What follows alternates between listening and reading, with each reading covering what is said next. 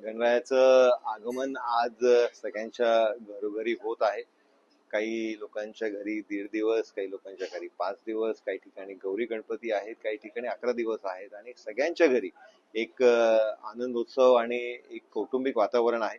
याच्यामध्ये एक अतिशय महत्वाचा निर्णय जो राज्य शासनाने घेतलेला आहे तो म्हणजे आजचा आपला हा गणेशोत्सवाचा सण हा राज्याचा सण म्हणून घोषणा केलेली आहे. त्यासाठी मी सर्वात प्रथम तर माननीय फडणवीस साहेबांचे आणि त्याचबरोबर उपमुख्यमंत्री शिंदे साहेब आणि अजितदादा यांचे आभार व्यक्त करतो.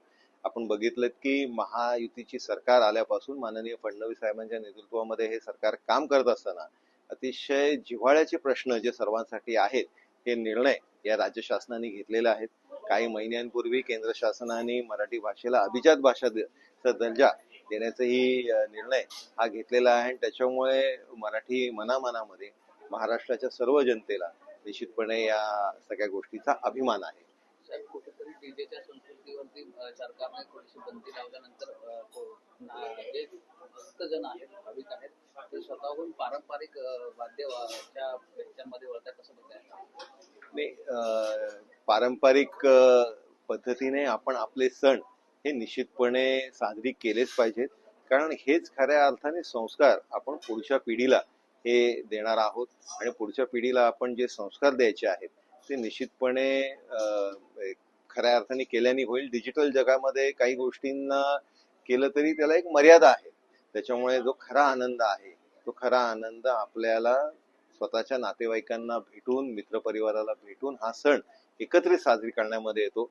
मी गणरायाच्या चरणी प्रार्थना करीन की हा जो निर्णय जो शासनाने घेतलेले आहे, जे कल्याणकारी निर्णय शासनाने घेतले आहेत, त्याच्यामुळे लोकांच्या घरी सुख समृद्धी येते. ही सुख समृद्धी आणि हा आनंदोत्सव प्रत्येकाच्या घरोघरी असाच द्विगुणित होऊन दे ही गणरायाच्या चरणी प्रार्थना.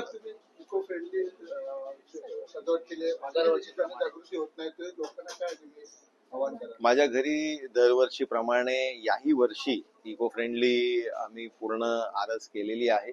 आणि आपले गणपती बाप्पांचं आपण ज्यावेळेस डेकोरेशन या इकडे प्रत्येक ठिकाणी प्रत्येक घरी होत असतं, त्याच्यामुळे ते आपण जास्तीत जास्त पद्धतीमध्ये नॅचरल पद्धतीमध्ये केलं पाहिजे असं मला वाटतं. आणि त्याचबरोबर जे मोदीजींनी आवाहन केलंय तेही आपल्या सगळ्यांच्या माध्यमाने लोकांना विनंती करीन की स्वदेशीचा आपण जास्तीत जास्त वापर केला पाहिजे. येत्या काळामध्ये आपण ते एक निर्णय या सणानिमित्त एक प्रण आपण घेऊ अशी आपल्या सर्वांना विनंती.